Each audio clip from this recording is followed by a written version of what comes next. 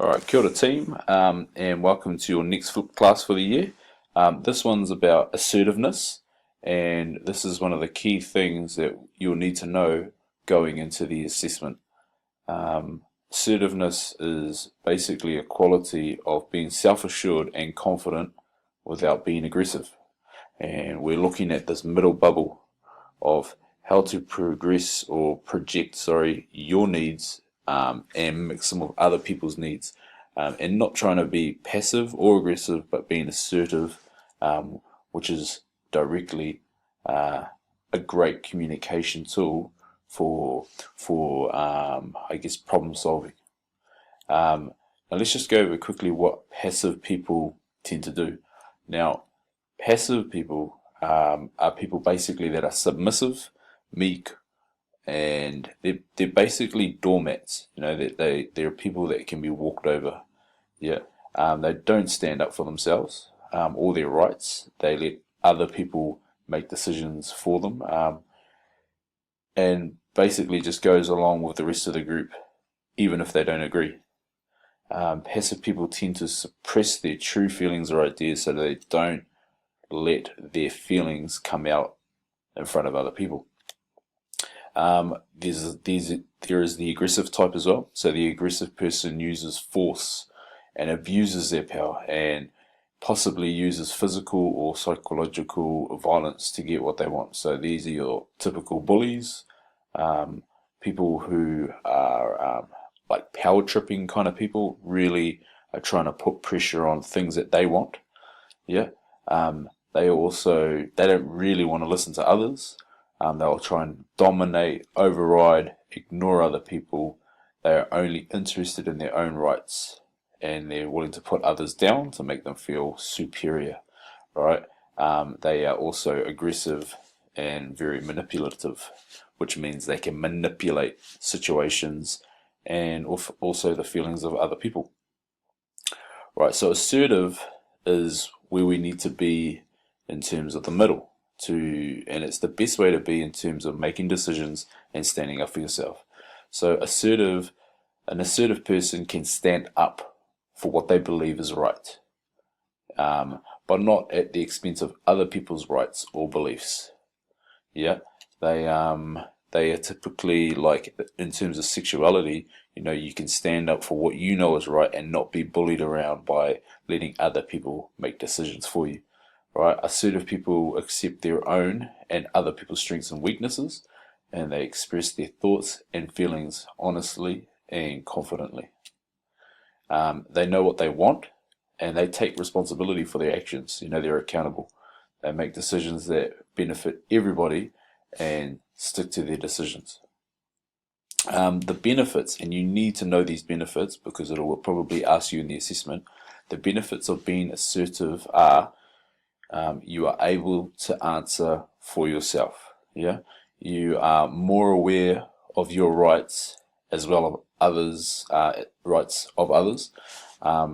You'll feel in control and strong and have more confidence around that. You will not be afraid of others and being able to stand up for your beliefs. Right?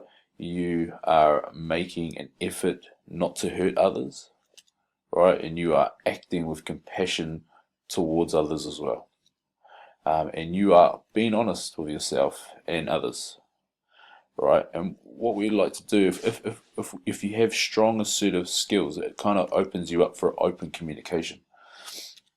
And with this is, having an open communication is about having healthy relationships, and it's about having good communication. Yeah. So there are three types of, I guess, key guidelines to open communication, right? And they are: find the right time, right? Talk face to face, and to be honest.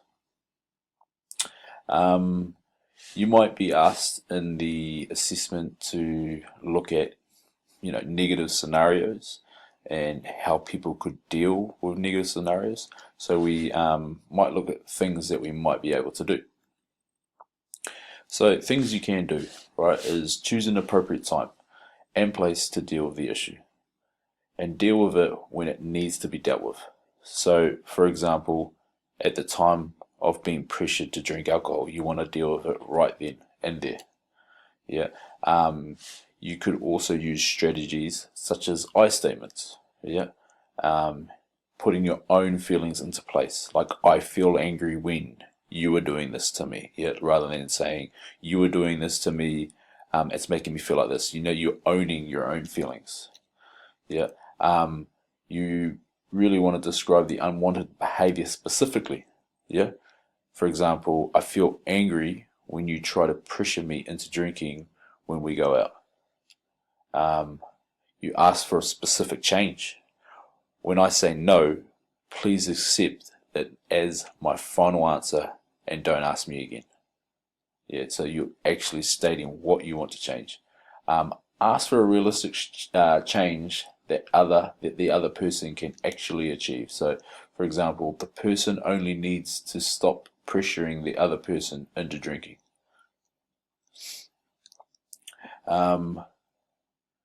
Describing the positive outcomes will result once the change has happened. Basically, when you stop pressuring me, we can talk about other things and enjoy our night.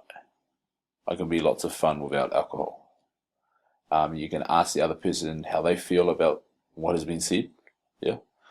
So, how do you feel about my request, or how do you feel about what I have just said? Acknowledge the change if the person responds to the change requested. Yeah. So it could be, thanks for listening. I really enjoyed partying with you. Thanks for taking this on board. You really know how I feel now. There are things to avoid, especially in these times of communication, and it's about being honest. Yeah. So things to avoid. So try to avoid putting it off until another later time. Yeah. Try to avoid picking on the person instead of their behavior. So, e.g., using words like "you make me feel," like you're not picking on the person. You're trying to pick on their behavior in terms of how they make you feel. So you're using those I statements. Try to avoid blaming. Yeah. Putting down or making other negative comments about the person. Requesting unachievable changes. Yeah. Making additional threats and engaging in an exchange of put downs. So this is really aggressive. This is pretty much in that game of tennis where you feel like you don't like what's going on, so you need to engage in exchange of put downs. Try to avoid ignoring the changes the other person makes. Yeah, try to avoid those things as well. Alright, so a quick video in terms of some of the key things to assertiveness. Make sure that you have some points written down. I know this video is very quick compared to the last one. Go over it again if you need to.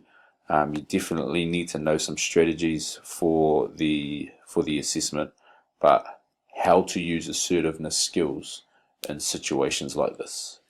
Alright, make sure you have a question for class. This will be due on Thursday. Alright, have a good night, team. See you.